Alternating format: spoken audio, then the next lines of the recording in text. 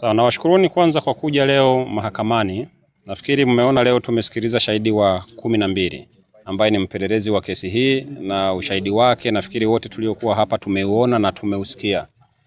Kimsingi hawana kesi ya maana, kwa sababu kama huyu ndo mpelelezi ambaye ameratibu shauri hili, manake yeye ni kwamba amewasikiliza wapelelezi wenzake, amejumuisha kila walichokipeleleza, na mmemsikia mahakamani akiambia mahakama yeye kila jambo hajui, hajashiriki, hajafanya. Na mmemsikia kwamba hana kielelezo chochote yeye pamoja na wenzake, na hafahamu mambo mengi yalitendeka lini.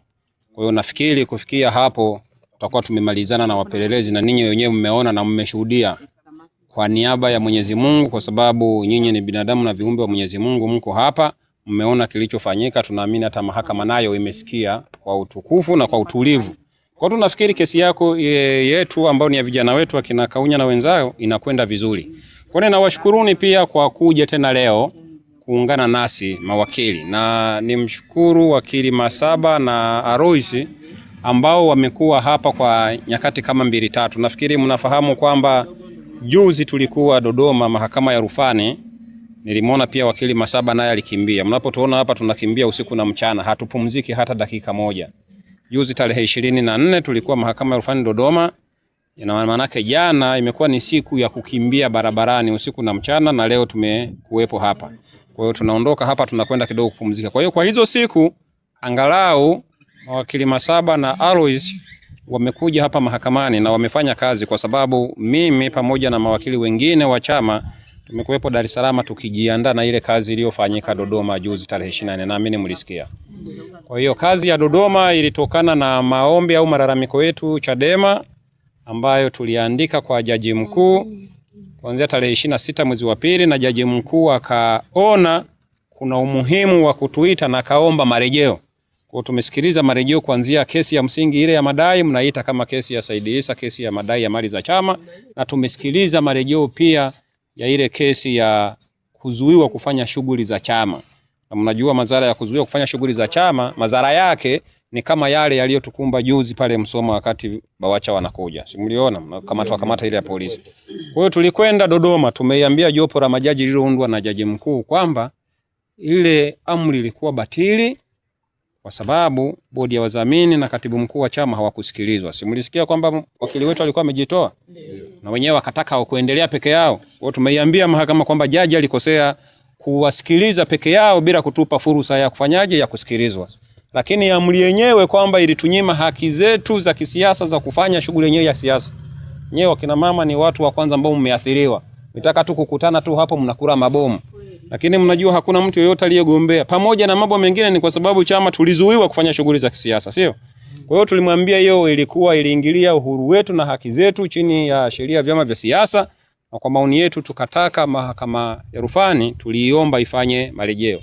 Wazee wa mahakama ya rufani wamesema wanaenda kuandika wanachokiandika. Kwa hiyo mkatikati tuzidi kuomba dua. Nimeona ustadhati hapa anatuombea dua, na tunakushukuru kwa kutuombea dua, na muendelee kutuombea dua pamoja na Sara. Wale wazee wakishukiwa, wakibatilisha yale mengine, tuwe huru, tupate nguvu na ali zaidi za kuwapigania wakina Kaunya ambao wako ndani. Sawa sawa jamani? Kabisa. Kwa hiyo tunategemea maombi yenu. Kwa hiyo ninawashukuruni kwa hilo. Wakili Masaba nashukuru, wewe pamoja na mawakili wenzako ambao pia mmekuwa mnapigana kwa upande huu. Mimi kama mkurugenzi nakimbia huku na huku. Kwa hiyo kuna siku nipo, kuna siku nyingine sipo, kwa sababu pia sasa wanachama wetu ni wengi na wako maeneo mbalimbali ya nchi. Kwa hiyo pale ambapo sipo, wakili Masaba Moss ni mwenyekiti wa kamati ya mawakili kwenye hii kanda. Kwa hiyo yupo bosi wetu hapa anaendelea pamoja na mawakili wengine ambao wako chini. Lakini tunakuja kwa namna hiyo. Sasa tumeahirisha mpaka tarehe ngapi mmesikia?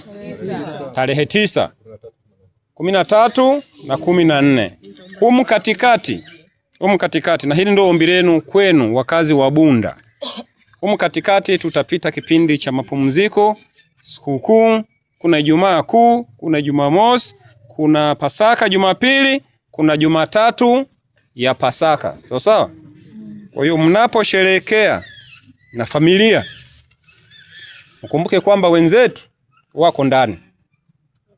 Kwa hiyo muwatembelee pia, mkaendelee mkafurahi nao, sababu kuna watu baba zao wako ndani, sio? Hawatafurahia kama ambavyo nyinyi mtafurahia na watoto wenu. Kwa hiyo ukipata fursa, nenda kwa Kaunya nyumbani pia kawasalimie na watoto wake. Sawa? Na kwa hawa wengine wote mkapike na kaugali mle wote, muwe sehemu ya kuwafariji, waamini kwamba watakapotoka wazazi wao, baba zao au watoto wao watakuja kuungana nao kama familia. Sawa jamani?